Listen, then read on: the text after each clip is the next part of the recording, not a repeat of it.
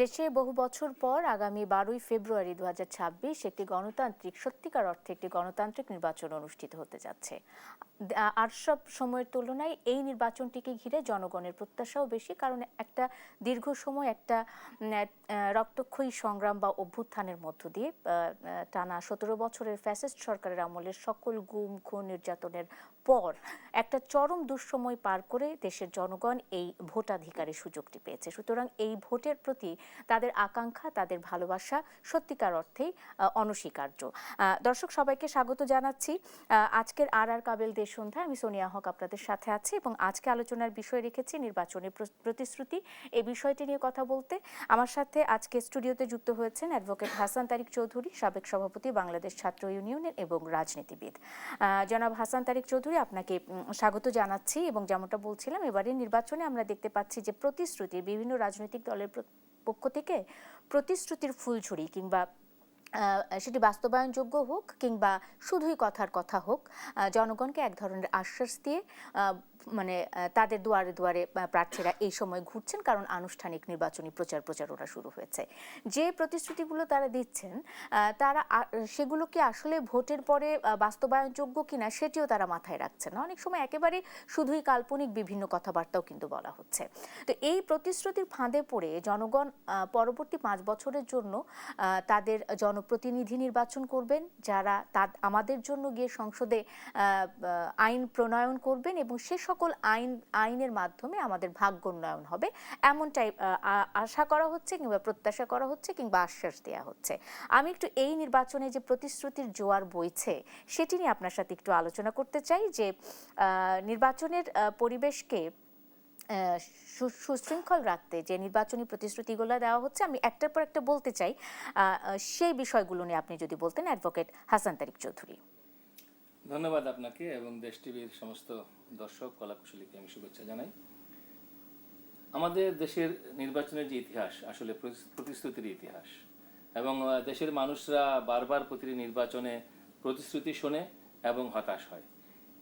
মানুষ আশা করেছিল যে এবারে নির্বাচনটা অন্ততপক্ষে ভিন্নতর হবে এবং প্রতিশ্রুতির জায়গায় রাজনৈতিক দলগুলো তাদের অতীতের যে ফেলিওর সেটাকে তারা অ্যাড্রেস করবে, কারণ তারা অতীতে ক্ষমতায় ছিল। যারা এখন নির্বাচনী মাঠে আছে এনসিপি বাদে বাকি সবাই কোনো না কোনোভাবে সরকারে অথবা সরকারের অংশীদার হয়ে তারা কিন্তু গভর্নমেন্টে ছিলেন, তখন পূর্ব অভিজ্ঞতা তাদের আছে এবং পূর্বের প্রতিশ্রুতি ভঙ্গের ইতিহাসও তাদের রয়েছে।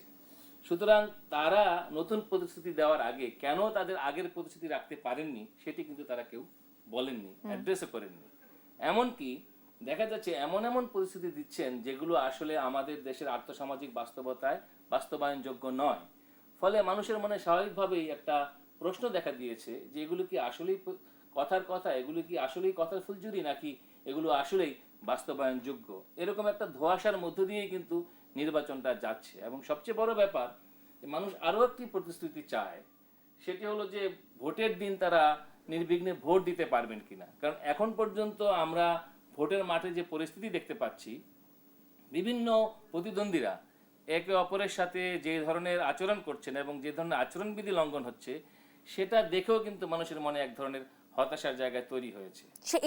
সেই যে বিষয়টা, মানে আমি যদি ওই জায়গায় একটা সংশয়ের কথা বলি, যে নির্বাচনী পরিবেশ কিংবা এখন পর্যন্ত অনেকেই বলেন যে নির্বাচন কমিশনের যে দায়িত্ব আতঙ্ক মুক্ত করা জনগণকে বা ভোটারদের, সেটি নির্বাচন কমিশন করতে পারেনি।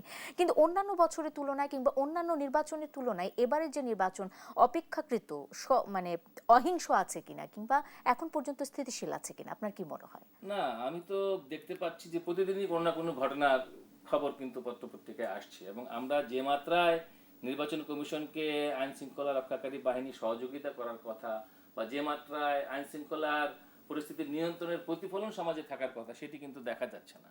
ফলে নির্বাচনকে ঘিরে আইন শৃঙ্খলা পরিস্থিতি কতটা নিয়ন্ত্রণে থাকবে এবং মানুষ কতটা নিরাপদে থাকবে এবং নির্বাচনকে ঘিরে সহিংসতা আদৌ হবে কিনা, যেহেতু বাজারে এখনো অবৈধ অস্ত্রগুলো উদ্ধার হয়নি এবং অবৈধ অস্ত্রগুলো মাঠে রয়ে গিয়েছে, সেই সংখ্যা তো রয়েই যায়।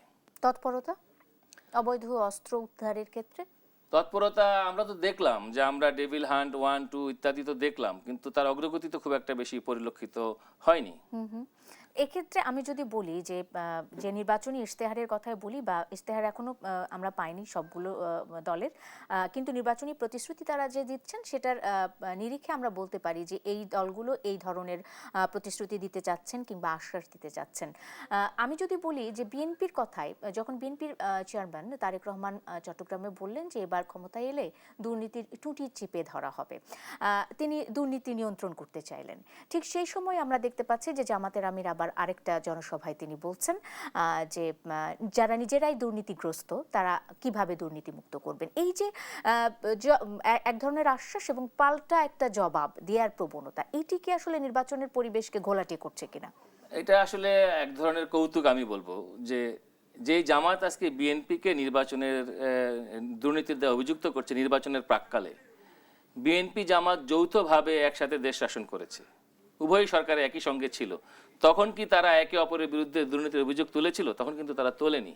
ফলে সেই দুর্নীতিকে যদি আমলে আনতে হয় তাদেরকে এক এক করে তাদেরকে বলতে হবে যে তারা যখন ক্ষমতায় ছিলেন তখন কি কি দুর্নীতি হয়েছে, সেটি না বলে আগাম দুর্নীতির যে ঘোষণা তারা দিচ্ছেন সেটা তো তাদেরকে প্রমাণের মধ্যে নিয়ে আসতে হবে। এবং সেটা না এনে যদি ব্লেম গেম করেন, এটা তো রাজনৈতিক কাদা ছোড়াছুড়ি ছাড়া আর কিছুই বলা যায় না। এই রাজনৈতিক কাদা ছোড়াছুড়ি আসলে বাংলাদেশের রাজনীতির যে আমরা দেখি, ধরনটা দেখি, সেটি আসলে কাদা ছোড়াছুড়ির রাজনীতি। প্রত্যেকেই নির্বাচনের সময় আসলে সেটা আবার অধিক মাত্রায় বেড়ে যায়।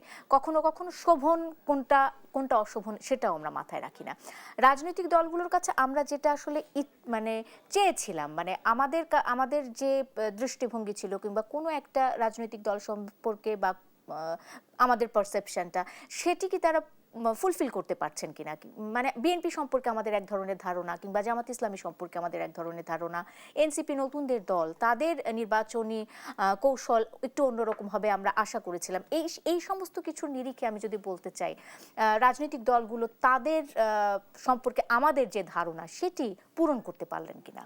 না, সেটি তো দেখাই যাচ্ছে যে উত্তরটা নেতিবাচক। এই কারণে দেখেন, আমাদের দেশে যদি নির্বাচনী প্রতিশ্রুতির কথা সামনে আনতে হয় তাহলে সামনে চলে আসবে আমাদের দেশের অর্থনৈতিক সংস্কারের প্রশ্নটি।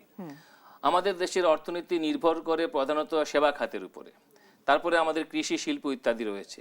এই জায়গাগুলোতে যারা প্রতিশ্রুতি দিয়েছেন তারা আমাদের দেশের শিল্প খাত, কৃষি খাত এবং সেবা খাত, এই তিনটি খাতের কি আমূল পরিবর্তন আনতে পারবেন, তাদের কাছে কি রূপকল্প আছে, সেটি কিন্তু তারা স্পষ্ট করে বলতে পারেননি। যেমন ধরেন, আমাদের দেশের শিল্প খাত, আমরা দেখতে পাচ্ছি যে বিদেশি বিনিয়োগ একেবারে তলানিতে গিয়ে ঠেকেছে। আমাদের যে রপ্তানিমুখী শিল্প, তার অবস্থাও খুব করুণ। আমাদের দেশে যে গ্যাসের অভাবে শিল্প তো দূরের কথা, রান্নাঘরের চুলা পর্যন্ত জ্বলছে না। সেখানে কিন্তু আপনি দেখবেন যে রান্নাঘরের চুলা কেন জ্বলছে না, বাজারে কেন সিলিন্ডার পাওয়া যাচ্ছে না, এই নিয়ে আমি তো দেখি না যে তাদের কোনো রূপকল্প আছে কিনা। এটা কি অন্তর্বর্তীকালীন সরকারের দায়িত্ব কিনা? কারণ মানে এই সমস্ত বিষয় নিয়ে চিন্তা করার জন্য তো একটা গণতান্ত্রিক প্রসেসে একটি সরকার ব্যবস্থা চালুর আমরা প্রক্রিয়ার মধ্যে আছি। সেটা তো একটি পর্বের ব্যাপার, কিন্তু যারা ভবিষ্যতে ক্ষমতায় গেলে অবস্থা বদলাবে বলে ওয়াদা করছে, আচ্ছা, রাজনৈতিক দলগুলো নির্বাচনের প্রাককালে সেই ওয়াদা প্রদানকারী যে দলগুলো রয়েছে তাদের সামনে তো একটা রূপরেখা থাকতে হবে যে এই করলে পরে ঢাকা শহরে বা সারা দেশে গ্যাসের সংকটটা আর থাকবে না এবং গ্যাস ভিত্তিক শিল্প আর কোনো বিপদের মুখে পড়বে না। বিদ্যুতের যে ক্রাইসিস, আমি আজকেও কাগজে দেখলাম যে বিদ্যুতেরকে ঘিরে যেই একটা হযবরল অবস্থা, যে নৈরাজ্য চলছে, আমরা এর আগে কুইক রেন্টাল দুর্নীতির কথা জানতাম। এই জায়গাগুলোতে যে সংস্কারের যে ব্যাপারটি, তারা কিন্তু কোনো সংস্কারের রূপরেখা দিতে পারেনি। এবং আমরা দেখতে পাচ্ছি আরেকটি দল, তারা আবার পারলৌকিক স্লোগানে ব্যস্ত হয়ে পড়েছে এবং তারা এক ধরনের, শোনা যাচ্ছে যে বেহেশতের টিকিটও তারা বিক্রি করছে। এটি তো আজকের সমস্যা না। মানুষ প্রতিদিন যে সমস্যা নিয়ে ভাবছে সেটি তাদের জীবন এবং জীবিকার সমস্যা। আপনি দেখবেন রাস্তাঘাটে সব জায়গায় আন্দোলনের ভিড়। আন্দোলনটা কেন? আন্দোলনটা এই কারণে যে বিভিন্ন শ্রেণী পেশার মানুষ, কি সাংবাদিক, কি ডাক্তার, কি ইঞ্জিনিয়ার, কি আইনজীবী, সকলেই কিন্তু আপনার আন্দোলনে নেমে পড়েছে এই কারণে যে তারা ভালো নেই। তাদেরকে ভালো রাখার জন্য আমাদের দেশের এই সমস্ত শ্রেণী পেশার ক্ষেত্রে, বিশেষ করে আমাদের যারা শ্রমজীবী মেহনতি মানুষ, বিশেষ করে যারা পেশাজীবী মানুষ, তাদের জন্য আগামীর সরকারগুলোর, অর্থাৎ যারা ওয়াদা করছে, তারা কি ফর্মুলা হাজির করেছেন? তারা তো শুধুমাত্র কথার ফুলঝুরি ছোটাচ্ছেন, কিন্তু তারা কি বলতে পারছেন যে সুপ্রিম কোর্টে যে 18,000 আইনজীবী পেশা পরিচালনা করতে পারে না, তারা যে বসার জায়গা পায় না, তারা যে কোর্টটা রাখতে পারে না, তারা যে ফাইলটা রাখতে পারে না, তাদের জন্য একটা ভবন নির্মাণ করা দরকার বহুতল বিশিষ্ট, এই জন্য আমার এই পরিকল্পনা আছে এবং তার টাকাটা আসবে অমুক জায়গা থেকে। একই রকমভাবে ঢাকা শহরের যে দুঃসহ যানজট, এই যানজট নিরসনে তাদের কি রূপকল্প আছে, তাদের কি ডিজাইন আছে, সেটি কি তারা বলতে পেরেছেন? পারেননি। এবং একই রকমভাবে মানুষের ক্রয় ক্ষমতা বৃদ্ধির জন্য, অর্থাৎ দ্রব্যমূল্যের যে অবস্থা, মানুষের শিক্ষা দীক্ষা চিকিৎসার যে অবস্থা, মানুষ কেন বাংলাদেশের মানুষ কেন বিদেশে চলে যাচ্ছে চিকিৎসার জন্য, তার জন্য পর্যাপ্ত ব্যবস্থা কেন নাই, উন্নত আধুনিক ব্যবস্থা কেন নাই, এই জায়গায় তাদের রূপকল্পটা কি? যেমন আমি যদি উদাহরণ হিসেবে বলি, মালয়েশিয়া একসময় খুব আমাদের চেয়েও খুব খারাপ অবস্থায় ছিল, কিন্তু তারা একটা দেশপ্রেমিক অবস্থান থেকে তারা একটা রূপকল্প তৈরি করেছিল এবং দেশটাকে তারা পুনর্গঠন করেছিল। জুলাইয়ে যে গণ অভ্যুত্থানটি হয়ে গেল, সেই গণ অভ্যুত্থানের আকাঙ্ক্ষা ছিল একটা নতুন বাংলাদেশ, যে বাংলাদেশটা হবে বৈষম্যহীন, যে বাংলাদেশটা হবে নারী পুরুষের ভেদাভেদহীন। কিন্তু আমরা কি দেখলাম? নারীরাই সবচেয়ে বেশি আজকে কিন্তু বিপদগ্রস্ত। কিরকম? তারা নীতি নির্ধারণী জায়গায় তাদেরকে যেতে দেওয়া হচ্ছে না। বিভিন্ন পলিটিক্যাল পার্টিগুলো অনেক বড় প্রতিশ্রুতি দিচ্ছে, বলছে যে অন্তর্ভুক্তিমূলক সমাজ, গণতান্ত্রিক সমাজ, কিন্তু তাদের নিজেদের দলে কয়জন নারী প্রার্থীকে তারা নমিনেশন দিয়েছে, কয়জনকে তারা তৈরি করেছে যে ভবিষ্যতে নারীদের মধ্য থেকে মন্ত্রী হবে, কয়জন ধর্মীয় সংখ্যালঘু থেকে, কয়জন আপনার জাতিগত সংখ্যালঘু থেকে। এই যে বিভিন্ন শ্রেণী পেশা লিঙ্গ নির্বিশেষে যে অন্তর্ভুক্তিমূলক যে রাজনীতি, সেটির প্রতিশ্রুতি কিন্তু কেউ দিতে পারছে না। বরং যে কোনো প্রকারেই হোক নির্বাচনে জিততে হবে এবং ক্ষমতায় গেলে সব ঠিক হয়ে যাবে, এই ধরনের একটা ছেলে ভুলানো মন্ত্র তারা প্রচার করে যাচ্ছেন। নির্বাচনে জিততেই হবে, আপনি যেহেতু এই প্রসঙ্গে এসেছেন অ্যাডভোকেট হাসান তারিক চৌধুরী, আমি একটু জানতে চাই যে নির্বাচনে জিততে হবে এটাই এবার বিভিন্ন রাজনৈতিক দলের প্রার্থীদের একমাত্র প্রবণতা আমরা খেয়াল করেছি। যেহেতু ওই যে দলীয় প্রার্থী মানে দলীয় প্রতীক নিয়ে নির্বাচন করতে হবে, এ কারণে আমরা দেখলাম যে অনেকে নিজের দল একেবারে বিলুপ্ত করে দিয়ে অন্য একটি দলের হয়ে নির্বাচন করছে তাদের প্রতীক নিয়ে। এই যখন মানসিকতা কিংবা এই যখন প্রবণতা, তখন পরবর্তীতে রাজনীতিতে গণতান্ত্রিক চর্চা কিংবা জনগণের প্রতি আস্থা বা ভালোবাসার যে জায়গাটা, মানে আমি তো আমার দল একেবারে বিলুপ্ত করে দিয়ে আসছি, আমার দলের প্রতি আমার জনগণের যে ভালোবাসাটা সেটা তো আমি মানে খুব একটা গোনার মধ্যে রাখলাম না। তো সেক্ষেত্রে আসলে পরবর্তীতে জনগণের আস্থা সেসব প্রার্থীদের উপর থাকে কিনা? ইতিমধ্যেই সেই সমস্ত ছোট ছোট দলগুলো তাদের কর্মী বাহিনীর কাছে আস্থা হারিয়েছে। কারণ মানুষকে তারা এতকাল শুনিয়েছে এক ধরনের গল্প, কিন্তু নির্বাচনে এমপি মন্ত্রী হওয়ার জন্য এখন শোনাচ্ছে অন্য গল্প। এবং তারা অনেকে ক্ষমাও চাইছেন যে আমরা এতকাল আপনাদেরকে এই কথা বলেছি, দুঃখিত আমরা এখন আর এই কথা বলতে পারছি না, আমরা এখন আমাদের সাইনবোর্ডটা বন্ধ করে দিলাম, আমরা এখন নতুন সাইনবোর্ড নিলাম। অর্থাৎ যাদের বিরুদ্ধে তারা এতকাল সমালোচনা করেছে তাদের জোটেই বা তাদের দলেই তারা নাম লেখাচ্ছেন। ফলে যে কর্মীরা একটি ভিন্ন আদর্শ থেকে ভিন্ন চিন্তা থেকে তাদের সঙ্গে ছিল, তারা এখন অবাক, তারা এখন সারপ্রাইজ যে আমরা কোথায় ছিলাম, তাহলে কেন আমাদের সঙ্গে এই রাজনৈতিক প্রতারণাটি করা হলো। ফলে এই যে বিশ্বাস ভঙ্গের যে বেদনা, এই বেদনা নিয়েই বাংলাদেশের মানুষ 12 ফেব্রুয়ারি নির্বাচনের দিকে যাচ্ছে। এবং বলা যায় যে একটা দেশের যদি আপনার গণতান্ত্রিক উত্তরণ করতে হয় তাহলে 3টা জায়গায় সবচেয়ে বেশি গুরুত্ব দিতে হয়। তার প্রধান জায়গাটি হলো অর্থনৈতিক সংস্কার। আমাদের দেশে সেটি করার ব্যাপারে কোনো পলিটিক্যাল পার্টি যারা জোট বলেন দলগতভাবে তারা কেউ কোনো স্টেপ নেয় নাই, এবং ইন্টারিমকে তারা বলে নাই যে এই সংস্থাগুলো না হলে পরে আমরা কিন্তু এমপি মন্ত্রী হওয়ার জন্য শুধুমাত্র নির্বাচনে যাব না, আমরা দেশকে ভালোবাসি, সুতরাং দেশের জন্য এই ন্যূনতম সংস্কারটুকু হওয়া দরকার। মানে যে জায়গায় সবার ঐক্যমত্য আছে, যেমন ধরেন এই জায়গায় যদি ঐক্যমত্য কেউ করে যে আমরা কেউই কালো টাকার মালিক বা ধরেন অবৈধ উপায়ে যারা সম্পদ উপার্জন করেছে এই ধরনের মানুষকে আমরা কেউ নমিনেশন দেব না, এই জায়গায় আমরা ঐক্যমত্য হলাম। এই ঐক্যমত্য কি তারা করেছে? এই সংস্কারটা কি তারা করেছে? করেনি। আমরা সকলে ঐক্যমত্য হলাম এই জায়গায় যে যেহেতু জনসংখ্যার অর্ধেকেরও বেশি নারী, ফলে সংখ্যানুপাতিকভাবে নারীদেরও অংশগ্রহণটা আনুপাতিক হারেই থাকবে, আমরা এই জায়গায় ঐক্যমত্য হলাম। এই জায়গায় কিন্তু ঐক্যমত্য হয়নি। আমরা দেখতে পাচ্ছি যে খুব মোটা দাগের যে জায়গাগুলো ছিল, যে বিষয়গুলো চিন্তার জন্য ছিল, গঠনমূলক যে আলাপ আলোচনাগুলো ছিল, সেগুলো নির্বাচনের এই প্রতিশ্রুতির ক্ষেত্রে হচ্ছে না। অ্যাডভোকেট হাসান তারিক চৌধুরী, আর কাবিল নিবেদিত দেশের সন্ধ্যায় একটা বিরতি নিয়ে ফিরে এসে আপনার সাথে আরো বিস্তারিত আলোচনা হবে। দর্শক, একটা বিরতি নিয়ে ফিরছি, সঙ্গে থাকুন। বিরতির পর স্বাগত আরেকবার। দেখছেন আর কাবিল নিবেদিত দেশ সন্ধ্যা। সোনিয়া হক আপনাদের সাথে আছে এবং নির্বাচনের প্রতিশ্রুতি নিয়ে আমরা কথা বলছিলাম। এই নির্বাচনের প্রতিশ্রুতি আসলে কোন পর্যায়ে গেছে সে বিষয়গুলো নিয়ে আমাদের অতিথি কথা বলছিলেন। এতক্ষণ অ্যাডভোকেট হাসান তারিক চৌধুরী ছিলেন। আমি একটু জানিয়ে রাখতে চাই, কৃষিবিদ শামীমুর রহমান শামীম, গবেষণা বিষয়ক সম্পাদক বিএনপির, তিনিও আমার সাথে যুক্ত হয়েছেন। জনাব শামীমুর রহমান শামীম, আপনাকেও স্বাগত জানাচ্ছি। এবং যেমনটা বলছিলাম, এবারের নির্বাচনে প্রার্থীদেরকে আকৃষ্ট করতে সকল রাজনৈতিক দল অনেক অনেক বেশি প্রতিশ্রুতি দিচ্ছেন, যেগুলোর অনেকটাই বাস্তবভিত্তিক, বাস্তবায়নযোগ্য, আবার অনেকগুলোই আছে যেগুলো আসলে আদতেও বাস্তবায়নযোগ্য কিনা আমরা জানি না। আবার দেখা যাচ্ছে কিছু শুধুই কথার কথা। এমনটাই হাসান তারিক চৌধুরী তার মন্তব্য দিয়েছেন, এবং সেই সাথে আমি একটু যুক্ত করে আপনার কাছে প্রশ্নে চলে যেতে চাই। সেটা হলো যে দুর্নীতি দমনের ক্ষেত্রে বিএনপির চেয়ারম্যান বলেছেন যে বিএনপির এবার ক্ষমতায় হলে, নির্বাচিত হলে দুর্নীতির টুটি চেপে ধরা হবে, এবং বিএনপির সরকার চালানোর বা শাসন আমলে আমরা দেখেছি, বা সরকার পরিচালনার সময়টা দেখেছি, বিএনপির গায়ে কিন্তু এই দুর্নীতিগ্রস্ত রাজনৈতিক দল, এটি একটি বড় দাগ কিন্তু বিএনপির গায়ে অনেক আগে লেগেছে। সেটি আসলে গত 17 বছরে আরো বেশি সেটিকে প্রকট করা হয়েছে বিভিন্ন অভিযুক্ত করেও।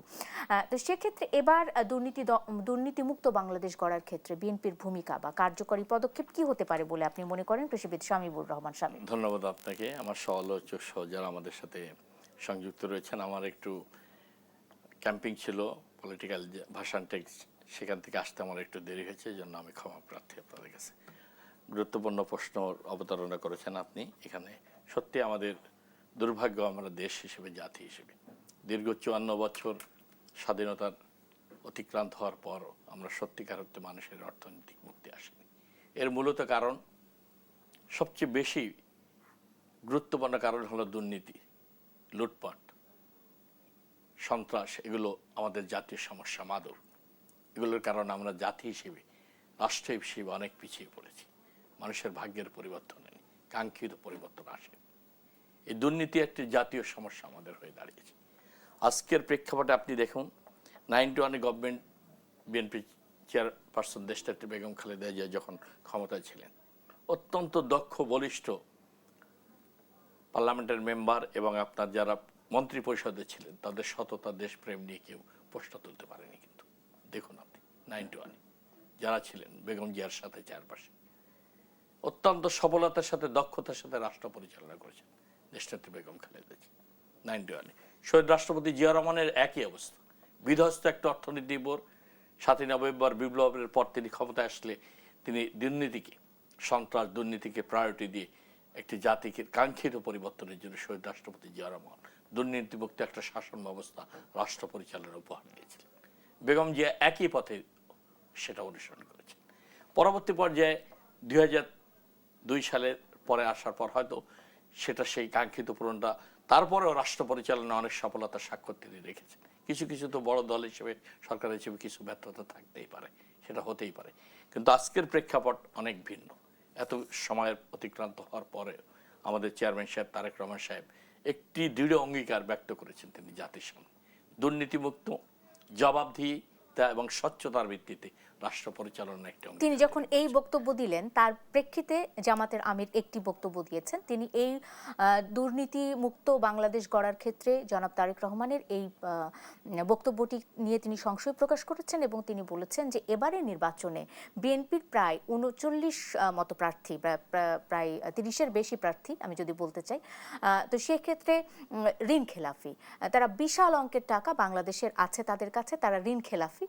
এই ঋণ খেলাফি প্রার্থীদেরকে মনোনয়ন দিয়ে বিএনপি আসলে নিজেকে কতটুকু দুর্নীতিমুক্ত করতে পারে দেশকে, তিনি বলছেন, পরামর্শ দিচ্ছেন যে আগে নিজেদেরকে দুর্নীতিমুক্ত করুন, তারপর দেশের বিষয়টা চিন্তা করা যাবে। নির্বাচন কমিশন রয়েছে, তারা কাজ করছে আমাদের, তাদের প্রক্রিয়ার মধ্য দিয়ে যারা যখন ঋণ খেলাপি হয়েছে তারা আদালতের আশ্রয় নিয়েছে। উচ্চতর আদালত থেকেই তো তারা অনুমতিটা পেয়েছে। নিশ্চয়ই আইনের ব্যাখ্যায় তারা অনুমতি পেয়েছে ঋণ খেলাপি হলে। না, এটা মানে আইনের কোন ব্যাখ্যাতে তাদেরকে উচ্চতর আদালত থেকে তারা তো বৈধ হয়েছেন। ঋণ খেলাপি হইলে তো তারা এই ধরনের, তারা হয়তো শিডিউল তারা রয়েছে, লোনের টাকাটার শিডিউল তারা পরিশোধ করে যাচ্ছেন। বড় ঋণ হয়তো রাষ্ট্র থেকে নিয়েছেন, রাষ্ট্র তো ব্যাংক থেকে নিয়েছেন, বেসরকারি ব্যাংক থেকে নিয়েছেন, কিন্তু শিডিউল অনুযায়ী লোন পরিশোধ করার যে চুক্তিটা রয়েছে, সেই আইনের, অর্থ ঋণের যে নিয়ম কানুন রয়েছে, সেটা মেনেই হয়তো তারা সেই ঋণটা নিয়েছে। মানে যেটি হচ্ছে আসলে আইন মেনেই হচ্ছে। শামীমুর রহমান শামীম, আমি যদি ভুল না করি বিষয়টি এরকম। আমি একটু অ্যাডভোকেট হাসান তারিক চৌধুরী আপনার কাছে যেতে চাই। এই যে ঋণ খেলাপির বিষয়টি এসেছে, আইনের কথা যেহেতু এসেছে, আমি আপনার কাছে একটু জানতে চাই, আপনি জানেন কিনা যে কোন আইনের কোন ধারায় কিংবা কিভাবে আসলে এই বিশাল অঙ্কের টাকা ছাড় দিয়ে তাদেরকে ছাড় দিয়ে নয় মানে কিছুটা হয়তো বা একটা প্রক্রিয়া তো আছে, সেই প্রক্রিয়াটি আসলে কি আপনি জানেন কিনা? দেখেন, আমাদের দেশে যে ব্যাংক কোম্পানি আইন আছে, সেই আইন অনুযায়ী ব্যাংকগুলো যখন ঋণ দেয় তার সম্ভাব্যতা যাচাই করার জন্য তাদের কিছু আইনগত বিধিবিধান অনুসরণ করতে হয়। কিন্তু দেখা গেছে যে দলীয় প্রভাবে ব্যাংকের পরিচালনা পর্ষদে এমন এমন ব্যক্তিরা থাকেন যারা অনেক কিছু ওভারলুক করে কিন্তু সেই সমস্ত লোনগুলোকে স্যাংশন করে থাকেন, এবং তার জন্য যে প্রয়োজনীয় মর্টগেজ এবং তার জন্য যে জামানত এবং সুদের হার এবং নিয়মিত কিস্তি আদায় ইত্যাদি ক্ষেত্রে একটা শিথিলতা প্রদর্শন করা হয়। অপরদিকে যারা সাধারণ মানুষ, যারা সাধারণ পেশাজীবী, ধরেন একজন ডাক্তার, একজন সাংবাদিক, একজন আইনজীবী, তিনি কিন্তু বড় অঙ্কের ঋণ নিতে পারেন না, তার সেই সুযোগই নাই। তিনি হয়তো পার্সোনাল লোন নেন বা পেশাগত কোনো সেক্টরে কোনো হয়তো সামান্য ছোটোখাটো ঋণ নেন, কিন্তু 200 কোটি 400 কোটি এই ধরনের বড় বড় ঋণগুলো সাধারণত কোথায় যায়? এই ঋণগুলো সাধারণত প্রজেক্ট লোন, বড় ধরনের শিল্প খাতে এই সমস্ত ঋণগুলো যায়, এবং এর জন্য একটা রাজনৈতিক মদদ, রাজনৈতিক সুপারিশ সবসময় কাজ করে, এবং সেখানেই হলো দুর্নীতি। আমরা যদি দুর্নীতির গভীরে যাই, দুর্নীতি কীভাবে সাধারণত হয়ে থাকে, মানে পলিটিক্যাল দুর্নীতি প্রধানত 4টা জায়গায়। একটা হলো সরকারি জমত ক্রয় বিক্রয়, টেন্ডার, এটা একটা জায়গা। তারপরে আমাদের ধরেন বিদ্যুৎ, গ্যাস, জ্বালানি ইত্যাদির যে ডিস্ট্রিবিউশন এবং এক্সপ্লোরেশন, সেটার জন্য যে গভর্নমেন্ট মেকানিজম, সেখানে একটা দুর্নীতি হয়। আমাদের ব্যাংকগুলো মেনটেন্যান্সের ক্ষেত্রে ব্যাংকের পরিচালক নিয়োগ, চেয়ারম্যান নিয়োগ, এবং তারা যেভাবে শিল্প ঋণ দিয়ে থাকেন সেই ক্ষেত্রে যে দলীয় প্রভাব, এটা একটা দুর্নীতির জায়গা। এবং চতুর্থত নিয়োগ এবং পদায়ন, অর্থাৎ পলিটিক্যাল বিবেচনায় যোগ্যতা না থাকলেও পদায়ন হচ্ছে, নিয়োগ হচ্ছে। এই 4টি জায়গা মূলত পলিটিক্যাল পার্টিগুলোর জন্য একেবারেই মধু, তাদের জন্য একদম লোভনীয় জায়গা, এবং ক্ষমতায় যাওয়ার ক্রিমটা আসলে তাদের এইখানেই। এবং এর জন্যই বলা হয়ে থাকে পলিটিক্স হলো সবচেয়ে পুঁজিবিহীন বিনিয়োগ। এখানে কম বিনিয়োগ করে অনেক বেশি মুনাফা অর্জন করা যায়, যেটা অন্য কোনো ব্যবসায় করা যায় না। ফলে সাধারণ মানুষের কাছে রাজনীতিটা হয়ে গিয়েছে বড়লোক হওয়ার, অর্থাৎ টাকাওয়ালা হওয়ার একটা সুন্দর ব্যবসা। তো এই জায়গা থেকে দেশের মানুষ জুলাই অভ্যুত্থানের মধ্য দিয়ে একটা নয়া বাংলাদেশ করার জন্য একটা পথের দিশা খুঁজতে চেয়েছিল। কিন্তু যেটা দেখা যাচ্ছে, যেই রূপকল্প বা যে ইশতেহার আমাদের সামনে এসেছে, সেখানে কিন্তু এগুলোকে অ্যাড্রেস করা হয় না। আমি আমি আমি হাসান তারিক চৌধুরী, একটা বিরতি নিব, বিরতির পর এসে আসলে এই বিষয়গুলো নিয়ে আলোচনা করতে চাই। ওই যে গঠনমূলক হচ্ছে কিনা সমালোচনা কিংবা ইশতেহারগুলো বা নির্বাচনী প্রতিশ্রুতিগুলো, নাকি শুধুই আমরা চেতনা ভিত্তিক রাজনীতি করে যাচ্ছি। দর্শক, একটা বিরতির পর ফিরে এসে নিশ্চয়ই এই প্রশ্নগুলো জানবো, সঙ্গে থাকুন। বিরতির পর স্বাগত আরেকবার। দেখছেন আর কাবিল নিবেদিত দেশ সন্ধ্যা। সোনিয়া হক আপনাদের সাথে আছে। নির্বাচনের প্রতিশ্রুতি নিয়ে আমরা কথা বলছিলাম। এই অংশে কৃষিবিদ শামীমুর রহমান শামীম, আপনাকে শুরুতেই যুক্ত করতে চাই এবং একটি মন্তব্য উদ্ধৃত করে আপনার কাছে প্রশ্নতে চলে যেতে চাই। সেটি হলো যে সোমবার দুপুরে চকরিয়া উপজেলার একটি ইউনিয়নে নির্বাচনী পথসভায় বিএনপি স্থায়ী কমিটির সদস্য, কক্সবাজার 1 আসনে যিনি প্রার্থী সালাউদ্দিন আহমেদ, তিনি বলছেন যে শেখ হাসিনা একা পালিয়ে গেলেও তার সব কর্মী দেশ ছেড়ে যেতে পারেনি। তিনি বলছেন সবার তো আর দিল্লি যাওয়ার সুযোগ হয়নি, শেখ হাসিনাও সবাইকে নিয়ে যেতে পারেনি। দেশে যারা রয়ে গেছেন আমাদের অনেক ভাই বন্ধু যারা বিভিন্ন রাজনৈতিক দলে যুক্ত ছিলেন, তারা রাজনীতি করতেই পারেন, সেটি তাদের স্বাধীনতা। তবে আপনারা স্বাধীনতার পক্ষের শক্তির সঙ্গে থাকুন। আমি যদি একটু মানে বলতে চাই, মানে যদি বুঝতে পেরে থাকি, তাহলে এটি আসলে আওয়ামী লীগের ভোট টানার একটি কৌশল বিএনপির। এর আগে এনসিপি জামাত চেষ্টা করেছে, বিএনপিও চেষ্টা করছে। মানে আওয়ামী লীগের ভোটটাই কি শেষ পর্যন্ত জয় পরাজয় মানে নির্ধারণে নিয়ামক কিনা? অনেকেই বলছেন এটি, আপনি কি মনে করেন? দেখুন, আজকের যে প্রেক্ষাপট বাংলাদেশের রাজনৈতিক, আগে বিএনপির সাথে আওয়ামী লীগের রাজনৈতিক প্রতিদ্বন্দ্বিতা ছিল, প্রধান দুটি রাজনৈতিক দল। বিগত দিনগুলোতে সিনারিও যদি দেখেন 91 থেকে ধারাবাহিকভাবে আসছে, কোনো সময় বিএনপি আসছে, কোনো সময় আওয়ামী লীগ আসছে, প্রধান দুইটি রাজনৈতিক দল প্রতিদ্বন্দ্বিতা করেছে। আজকের সিনারিও কিন্তু ভিন্ন। আওয়ামী লীগের তো একটা ভোট ব্যাংক রয়েছে, সমর্থন নেতাকর্মীরা রয়েছে সাধারণ মানুষের মধ্যে আওয়ামী লীগের। সেই প্রেক্ষাপটে আজকের বাংলাদেশের যে ত্রয়োদশ জাতীয় সংসদ নির্বাচন হতে যাচ্ছে, এখানে মূল প্রতিদ্বন্দ্বিতা হচ্ছে বিএনপি নেতৃত্বাধীন জোটের একটি অংশ আর একটি জামাতের নেতৃত্বাধীন 10 দলীয় জোটে। এই দুই মেরুতেই ভোট যুদ্ধটা মূলত হবে। সেখানে আওয়ামী লীগের যারা সমর্থক রয়েছেন, সাধারণ কর্মীরা রয়েছেন, যারা দাগি না, সন্ত্রাসী দাদি বা অত বিতর্কিত না, দেশে রয়ে গেছেন, তাদের তো সমর্থন জেতার ক্ষেত্রে একটা নিয়ামক শক্তি হিসেবে থাকবে। সেই দৃষ্টিকোণ থেকে আমাদের স্থায়ী কমিটির সদস্য সালাউদ্দিন সাহেব, সাধারণ মানুষের নেতাকর্মী যারা আওয়ামী লীগের রয়েছে, তাদেরকে আহ্বান জানিয়েছেন আমাদের পক্ষে ভোট দেওয়ার জন্য। মানে এদের যারা রাজনৈতিক- দাগী তাদের জন্য কি আসলে জেলখানায় মানে ফাইনাল ডেস্টিনেশন নাকি, মানে গন্তব্য, প্রধান গন্তব্য? মানে যারা দাগী মানে চিহ্নিত আওয়ামী লীগ হ্যাঁ। করতো তারা কি আসলে না, না, তারা তো রাজনীতির সাথে আসতে যুক্ত হতে পারবে না অন্য কোনো এটা তো রাজনীতির পারবে সাথে না, যদি অবশ্যই যুক্ত পারবে হতে না। চায়? তারা যারা দাগী তারা তো পালিয়ে আছে, দেশের বাইরে রয়েছেন, পালিয়ে রয়েছেন, এলাকায় যেতে পারছেন না। যারা সন্ত্রাস করেছেন, চাঁদাবাজি করেছেন, মানুষের উপর গত 17 বছর জুলুম করেছেন, তাদের তো প্রশ্ন আসে না। কিন্তু আওয়ামী লীগের যারা সাধারণ নিরীহ মানুষ রয়েছে তারা তো এলাকায় রয়েছে, মানে কর্মী হ্যাঁ, সমর্থক। বিএনপি সমর্থক মহাসচিব বললেন বাংলাদেশে দুটি প্রতীক, একটা হচ্ছে নৌকা অথবা ধানের শীষ। আসলেও কি এই দুটা প্রতীকই বাংলাদেশে? অন্যান্য প্রতীকগুলো কি একেবারে হয়ে গেল কিনা? কারণ লাঙ্গল আছে, লাঙ্গলেরও দেশ পরিচালনার আছে। আপনার তো বর্তমান সিনারিওটা বুঝতে হবে, বাস্তবতাটা বুঝতে হবে। আগে ছিল, আমি যেটা বললাম 91 থেকে ধারাবাহিকভাবে দুইটি প্রধান রাজনৈতিক দল ছিল, বিএনপি, আওয়ামী লীগ। কখনো বিএনপির সময় 91-এ বিএনপি আসছে, আবার তো ক্ষমতার পালাবদল ভোটের মাধ্যমে হয়েছে। 96-এ বিএনপি আসতে পারেনি, আসছে তো এইভাবে আসছে প্রধান দুইটি রাজনৈতিক। এখন তো সেইটা সিনারিওটা চেঞ্জ হয়ে গেছে। এটা এখন বিএনপির মূল প্রতিদ্বন্দ্বী হয়ে দাঁড়িয়েছে জামাতের নেতৃত্বাধীন নির্বাচনে একটি জোট। জামাতকে কতখানি প্রতিদ্বন্দ্বী ভাবছে বিএনপি? আমরা অবশ্যই ভোট যুদ্ধে আমরা নেমেছি, আমরা প্রতিদ্বন্দ্বিতা করছি। আমরা তো দৃঢ়ভাবে বিশ্বাস করি যে আমরা আমাদের একটা ব্যাপক জনসমর্থন বিএনপির নেতৃত্বাধীন জোটে রয়েছে। বিএনপির প্রতি দেশের মানুষের সমর্থন, ভালোবাসা এবং দৃঢ় সমর্থন রয়েছে। বিগত দিনগুলো যখনই মানুষ দেশের সুযোগ পেয়েছে রাষ্ট্রীয় ক্ষমতায় আসার জন্য বিএনপিকে ভোট দিয়ে নির্বাচিত করেছে, সুষ্ঠু নির্বাচন। আমরা আশাবাদী এদেশের সবচেয়ে জনপ্রিয় এবং সবচেয়ে সংখ্যাগরিষ্ঠ মানুষের প্রতিনিধিত্ব করে যে দলটি, যারা একটি বিশাল ঐতিহাসিক অর্জন রয়েছে বিগত দিনে, শহীদ রাষ্ট্রপতি জিয়া রহমান, দেশনেত্রী বেগম খালেদা জিয়ার ধারাবাহিকতায় শহীদ রাষ্ট্রপতি জিয়া রহমান মাত্র 3.5 বছর রাষ্ট্র পরিচালনা করেছেন। একটি ঐতিহাসিক সংকটকালীন সময় তিনি বিপ্লবের মধ্য দিয়ে রাষ্ট্রীয় ক্ষমতায় এসেছেন 7ই নভেম্বরে। তারপরে তিনি যে যুগান্তকারী সংস্কার করে বাংলাদেশের রাজনীতিতে উন্নয়ন, উৎপাদন, সমৃদ্ধির যে রাজনীতির সূচনা করেছেন, সেই ধারাবাহিকতায় এরশাদ এসছে, এরশাদ এসে গণতন্ত্রকে হত্যা করেছে। বেগম জিয়া ক্ষমতায় রাজনীতিতে আসছেন বিরোধী দল অবশ্যই, তিনি এসে 9 বছর এরশাদের বিরুদ্ধে সংগ্রাম করে, লড়াই করে গণতন্ত্রকে পুনঃপ্রতিষ্ঠা করেছে।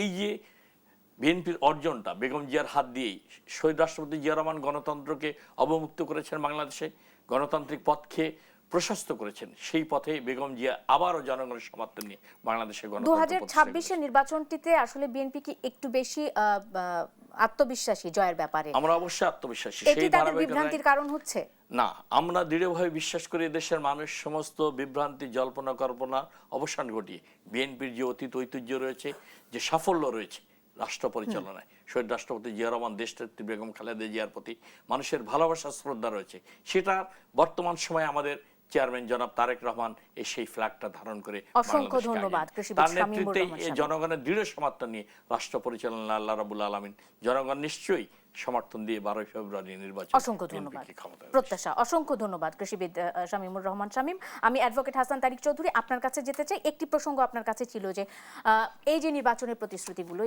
এগুলো আসলে বা সমালোচনা যেটি বলি না কেন, সেটি কতটুকু গঠনমূলক হচ্ছে, নাকি আমরা শুধুমাত্রই কখনো 71-এর চেতনা, কখনো 24-এর চেতনা, কিংবা কখনো শুধুমাত্র ধর্মীয় চেতনা, এই চেতনা নির্ভরই বাংলাদেশের রাজনীতি রয়ে গেল? অ্যাডভোকেট হাসান তারিক চৌধুরী, খুব সংক্ষেপে যদি জানতে চাই। দেখেন, আসলে এই গোটা ব্যাপারটা একটা মতবাদিক বিভ্রান্তির মধ্যে পড়ে গিয়েছে। আমার বিএনপির সহ-আলোচক ভাই তিনি কিন্তু একবারও বললেন না এই 12 ফেব্রুয়ারি নির্বাচনে একটা গণভোটও হবে, এবং সেই গণভোটে একটা প্রপোজাল আছে, সেই প্রপোজালে জনগণ হা বা না ভোট দেবে। এবং এইরকম একটি ভোট, যেই ভোট দেশের গোটা সিস্টেমকে ওলটপালট করে দিতে পারে, এই নিয়ে তাদের মুখে কিন্তু কোনো আলোচনা সেভাবে নাই। অথচ এই গণভোট, এই সংস্কার, এটাই ছিল 24-এর অভ্যুত্থানের অন্যতম আলোচ্য বিষয়, এবং সেখানকার ফোকাল পয়েন্টটাই ছিল হলো বৈষম্যহীন বাংলাদেশ। তো বৈষম্য কেমন হতে পারে আমাদের সমাজে? বৈষম্য হতে পারে গরিবের সাথে ধনীর, নারীর বনাম পুরুষ, শিশু বনাম বৃদ্ধ, গ্রামের সাথে শহরের, এই তো বৈষম্যের চেহারা। এই বৈষম্য বিলোপের জন্য যে বাংলাদেশটা করা দরকার ছিল, অর্থাৎ যেমন পার্লামেন্ট আমরা চেয়েছিলাম, যে পার্লামেন্টে কোটিপতি ব্যবসায়ী ক্লাবের বদলে একটা গণমানুষের পার্লামেন্ট হবে, সেই পার্লামেন্ট করার অঙ্গীকার কিন্তু আমরা কোনো আলোচনায় দেখতে পাই না। বরং দেখা যাচ্ছে নীতিহীনভাবে মনোনয়ন দেওয়া হয়েছে, নীতিহীনভাবে ধনী ব্যক্তিদেরকেই প্রাধান্য দেওয়া হয়েছে। অর্থাৎ সমাজের মেজরিটি মানুষ হলো সাধারণ মানুষ, শ্রমজীবী মেহনতি মানুষ, আর গুটি কয়েক হলো ধনী। এবং আমরা দেখতে পাচ্ছি যে আগামীর পার্লামেন্টটাও হবে একটা ধনীদেরই পার্লামেন্ট, এবং সেই পার্লামেন্টের ধনীরা ধনীদের স্বার্থে আইন প্রণয়ন করবে, এটাই স্বাভাবিক। ফলে আমরা যে বৈষম্যহীন বাংলাদেশের চেতনাটা বলেছিলাম বা রূপকল্পটা বলেছিলাম, সেটি কিন্তু বাস্তবে আর প্রতিশ্রুতির জায়গায় থাকছে না। ফলে একটা প্রতারণা, একটা বিশ্বাসঘাতকতা, অর্থাৎ শহীদের চেতনার সাথে এক ধরনের বিশ্বাসঘাতকতার মধ্য দিয়েই কিন্তু আমরা একটা নির্বাচনের দিকে কোন যাচ্ছি। একটা রাজনৈতিক দলে যদি এইরকম মাত্রায় বা এরকম সংখ্যায় ব্যবসায়ী ধনী থাকে, তাহলে তাদের তো আসলে প্রার্থী দেওয়ার ক্ষেত্রে সমস্যা তাদের হতেই একটা- পারে। তাদের- তারা কি করবে? না, সেই ক্ষেত্রেই তো ডেমোক্রেসি, গণতন্ত্র হলো সংখ্যাগরিষ্ঠের শাসন। তো এই দেশে সংখ্যাগরিষ্ঠ কারা?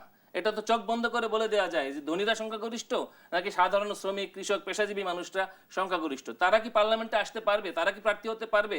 সেই সংস্কারটা কি হয়েছে? সেটি হয়নি। এবং একই সঙ্গে আমি বলবো যে চেতনার কথা যখন বলা হচ্ছে, যারা ইসলামের নামে যারা ভোট চাচ্ছে, যেমন জামাতে ইসলাম, তারা বলছে তারা নারীর অর্থনৈতিক ক্ষমতায়ন চায়। আবার একই সঙ্গে তারা বলছে নারীদের 5 ঘন্টা কাজ করলেই চলবে, আস্তে আস্তে তাদেরকে ঘরে ঢুকিয়ে দেওয়ার কথা বলছে। ঘরে ঢুকিয়ে কি করে অর্থনৈতিক ক্ষমতায়ন হয়, এটি আমার বোধগম্য নয়। তো এইরকম চেতনার নামে মানুষকে ব্লাফ দেওয়া, এটা কিন্তু আমরা এবারের নির্বাচনেও দেখতে পাচ্ছি।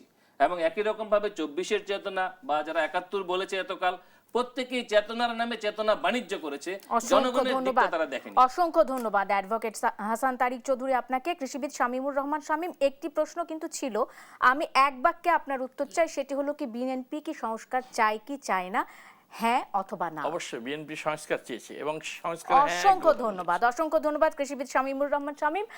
আমি আজকে তো আর সময় দিতে পারলাম না, নিশ্চয়ই আরেকটা কোনো পর্বে আপনাদের কাছে বিস্তারিত জানবো। দর্শক, এই ছিল আজকের মতো আর কাবেল বিদ্যুৎ দেশ সন্ধ্যায়। সঙ্গে থাকার জন্য আপনাদেরও ধন্যবাদ।